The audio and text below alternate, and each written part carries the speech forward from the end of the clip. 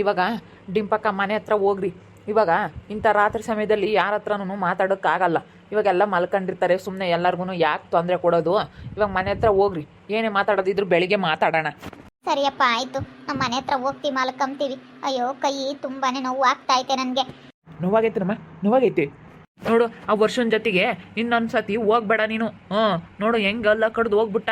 ಅವನು ಕಳ್ತನ ಮಾಡಕ್ಕೆ ಕರ್ಕೊಂಡು ಹೋಗ್ತಾನೆ ನಿನ್ನ. ನೀನು ಹೋಗ್ಬೇಡ ಹಂಗ ಅವನ ಜೊತೆಗೆ. ಇಲ್ಲ ಹೋಗಲ್ಲ. ನಾನು ಹೇಳ್ತೀನಿ, ಎಲ್ಲರಿಗೂ ಹೇಳ್ತೀನಿ. ವರ್ಷ ಕಳ್ಳ ಕಳ್ತನ ಮಾಡ್ತಾನೆ ಅಂತ ಹೇಳ್ತೀನಿ. ಕಳ್ಳ ಅಂತ ಹೇಳ್ತೀನಿ. ನಾನೆಲ್ಲನ ಸಿಗ್ಲಿ ಹೇಳ್ತೀನಿ, ಕಳ್ಳ ಅಂತ. ಹೆಂಗನ ಪಾತನು ಹೇಳ್ತಾನೆ ಹೇಳು. ಪಾತ ನೀನು ಅವನು ಕಳ್ತನ ಮಾಡಿರೋದೆಲ್ಲನ ಹೇಳ್ಬೇಕು. ಬೆಳಗ್ಗೆ ಪಂಚಾಯತಿನ ಖಾಲಿ ಹಾಕ್ತೀವಿ. ಅವಾಗ ನೀನು ಎಲ್ಲ ಹೇಳ್ಬೇಕಂಗ. ನನ್ನ ಕಳ್ತನ ಮಾಡಕ್ಕೆ ಕರ್ಕೊಂಡು ಹೋಗ್ತಿದ್ದ ಅಂತ ಎಲ್ಲ ಹೇಳ್ಬೇಕು. ಹೇಳ್ತೀನಿ. ವರ್ಷ ಕಳ್ಳ ನನ್ನ ಕಳ್ತನ ಮಾಡೋಕ್ಕೆ ಹೊರಗೆ ಕರ್ಕೊಂಡು ಹೋಗ್ತಿದ್ದ ಅಂತ ಹೇಳಿ ಎಲ್ಲ ಹೇಳ್ತೀನಿ. ಅಯ್ಯಮ್ಮನೂ ಬಂದಿತ್ತು ಅವತ್ತು. ಅವ್ರ ಹೆಂಡತಿ ಬಂದಿತ್ತು. ಅಯ್ಯಮ್ಮನೂ ಬಂದಿತ್ತು. ಯಾರನ ಸರ ಕಿತ್ಕೊಂಡು ಹೋದ್ರು. ಸರ ಕಿತ್ಕೊಂಡು ಹೋದ್ರು ಅಂತಿತ್ತು. ಅಯ್ಯಮ್ಮನೂ ಬಂದಿತ್ತು.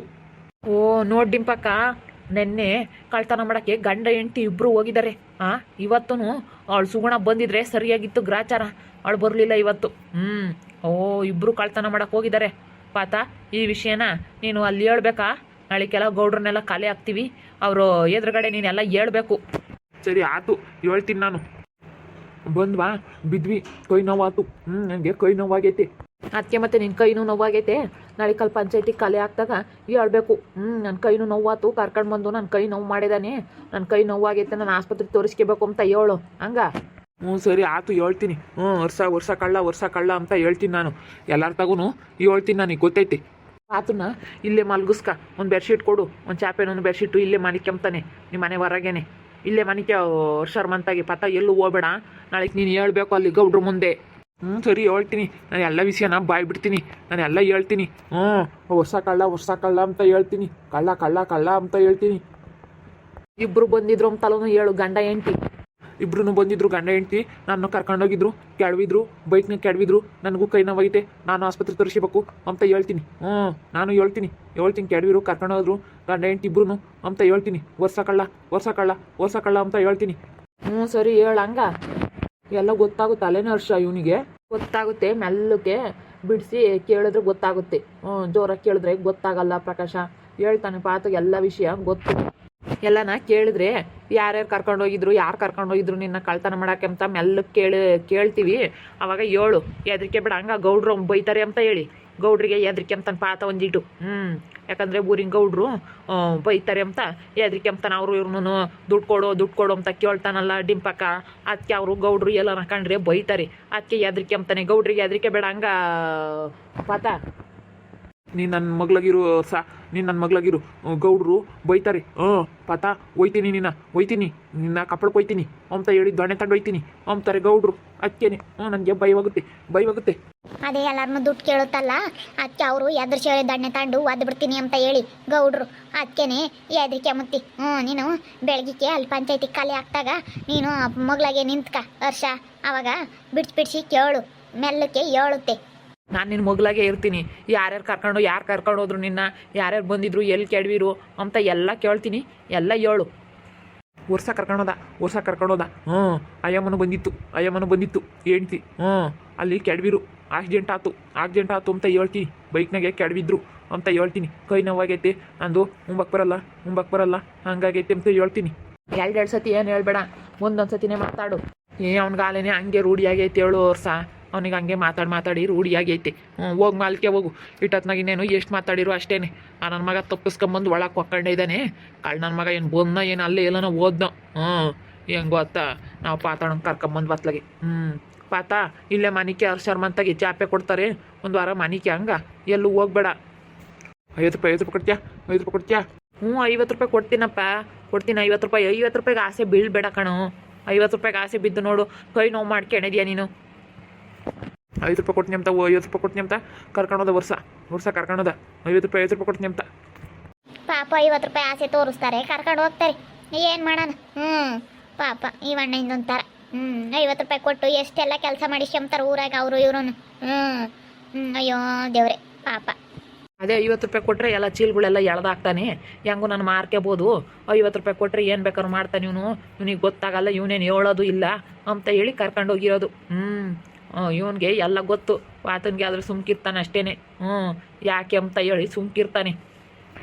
ವರ್ಷ ಏನು ಮಾಡ್ದಪ್ಪ ಆತ? ವರ್ಷ ಕಳ್ತನ ಮಾಡ್ಯಾನೆ, ವರ್ಷ ಕಳ್ಳ ಕಳ್ಳ ಕಳ್ಳ ಕಳ್ಳ ವರ್ಷ ಕಳ್ಳ ವರ್ಷ ಕಳ್ಳ. ನೋಡು ಪ್ರಕಾಶ, ಹೇಳಿದ್ರೆ ಹೆಂಗೆ ಹೇಳ್ತಾನೆ. ಎಲ್ಲ ಗೊತ್ತಾಗುತ್ತೆ ಇವನಿಗೆ. ಸುಮ್ಕಿರ್ತಾನೆ ಅಷ್ಟೇ, ಸುಮ್ಮನೆ ನೋಡ್ತಿರ್ತಾನೆ, ಜಾಸ್ತಿ ಮಾತಾಡಲ್ಲ. 50 ರೂಪಾಯಿ ಅಷ್ಟೇ ಅವನಿಗೆ. 50 ರೂಪಾಯಿ ಇದ್ದರೆ ಸಾಕು ಅವನಿಗೇನೋ ಒಂಥರ. ಅವನು ಜಾಸ್ತಿ ಖುಷಿ ಪಡ್ತಾನೆ 50 ರೂಪಾಯಿ ನೋಡಿದ್ರೆ, ಜಾಸ್ತಿ ಮಾತಾಡೋಕೆ ಹೋಗಲ್ಲ ಅಷ್ಟೇ ಅವನು ಯಾರ್ತಾಗೂ. ಎಳ್ನೀರು ಕೀಳಕ್ಕೆ ಬೇರೆ ಕರ್ಕೊಂಡು ಹೋಗಿದ್ಲಂತೆ ನೋಡಮ್ಮ ಆ ಸುಗುಣ.